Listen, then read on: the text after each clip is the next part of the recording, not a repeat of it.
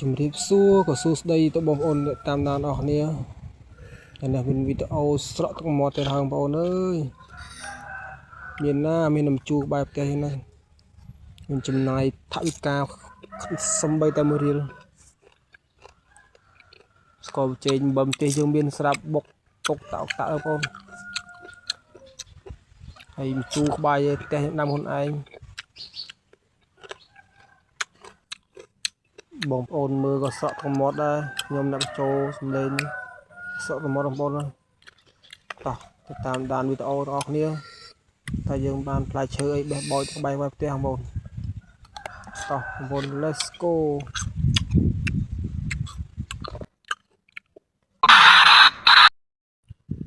ផ្លែច្រើនបងប្អូន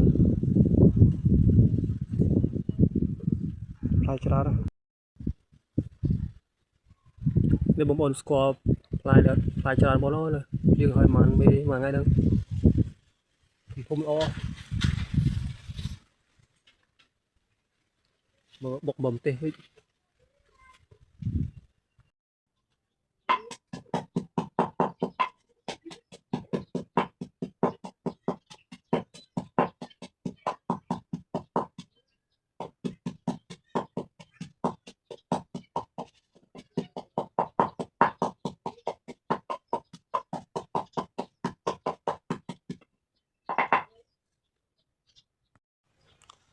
ហ្នឹងហើយបងប្អូនអើយ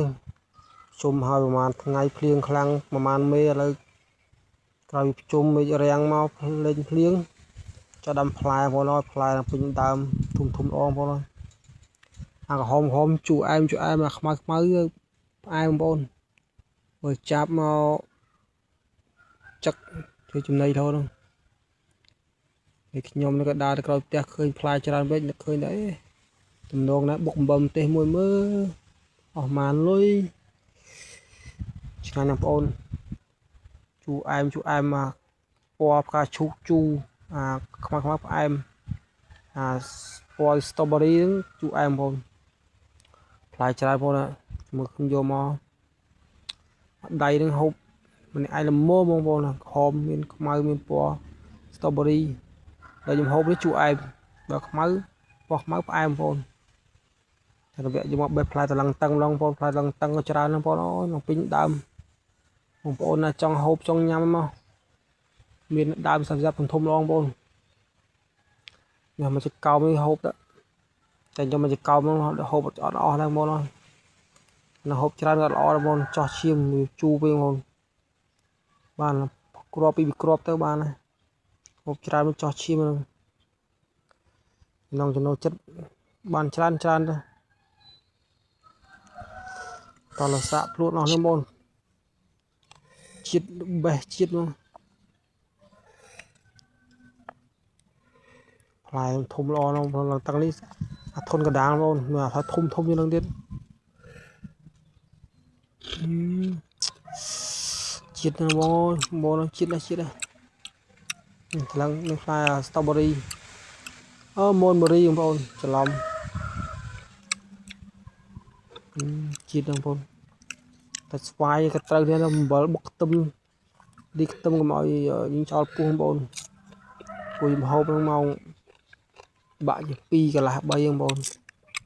ក្រោកពីដេកថ្ងៃមកឃើញជូរក្បែរផ្ទះផ្លែច្រើនពេកតំអស់ដោយការមកដេញលើមកដល់ការឡើងតឹងម្ដងបងច្របឆ្ងាញ់បងប្អូនណាជាតិហ្នឹង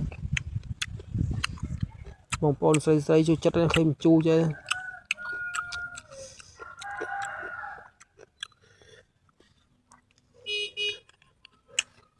ក្រោកពីដេកយើងស្រឡះមកដាក់មកជូរមកចានមើលមានឡែមនបរីមានតឡឹងតឹងស្វាយ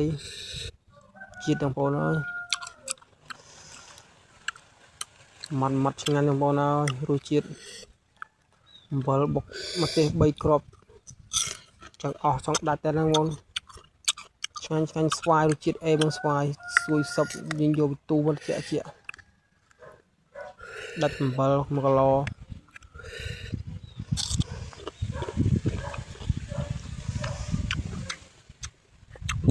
រសជាតិធ មានការបរិយាយចេញមានរបៀបថាឆ្ងាញ់តែកំភ្លេចឆ្ងាញ់ជាមួយតលឹងតឹង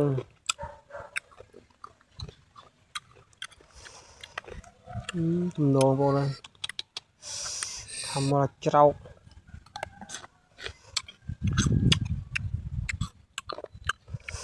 ហឹលក៏ហឹលឆ្ងាញ់ស្វាយមួយដាច់តឯងមកស្វាយរសជាតិ the best ក្រោមដើមឈើខ្យល់វើយទៀត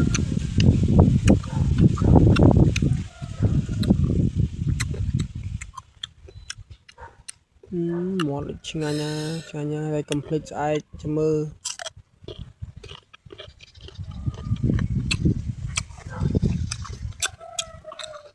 អ្នកដឹងមិនដឹងតែធ្វើមិនចង់ហើយឆ្ងាញ់ដាក់សិនហើយបងអើយ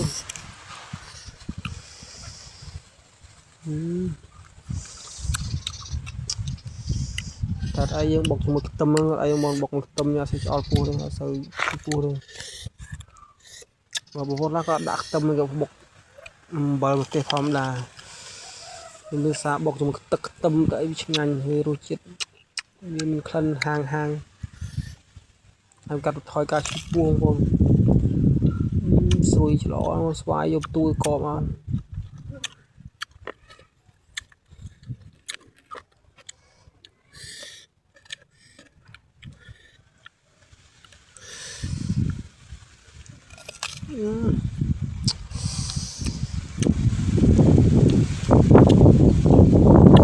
ជាតិគ្មានអ្វីនិយាយចេញ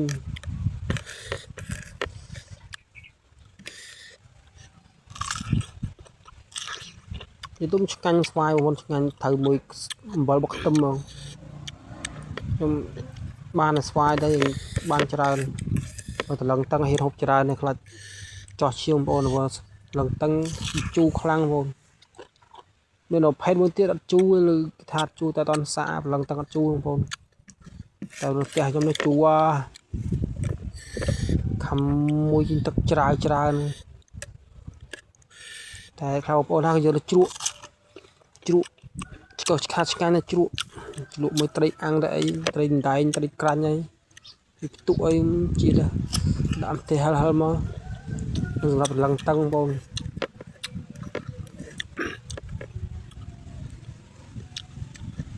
ហើយវីដេអូក៏មានតែប៉ុណ្្នឹងដែរបងប្អូនអរគុណសម្រាប់បងប្អូននៃការតាមដានអ្នកនរសុខសប្បាយមកពីប្រជុំមកប្រជុំសុខភាពល្អទាំងអស់គ្នាស្អែកធ្វើសំណងធម្មតាអរគុណក៏មានតែប៉ុណ្្នឹងវីដេអូបងអរគុណជម្រាបលានៅមានវីដេអូថ្មីក្រោយទៀតសូមបងប្អូនជួយគាំទ្រផងខុសឆ្គងការបញ្ចូលសម្ដែងខ្វះខាតសូមផាន់ទៅភ័យទោសបងប្អូនទាំងអស់គ្នាវីដេអូមានតែប៉ុណ្្នឹងទេសូមជម្រាបលាកុំភ្លេចលាបថ្នាំផងណា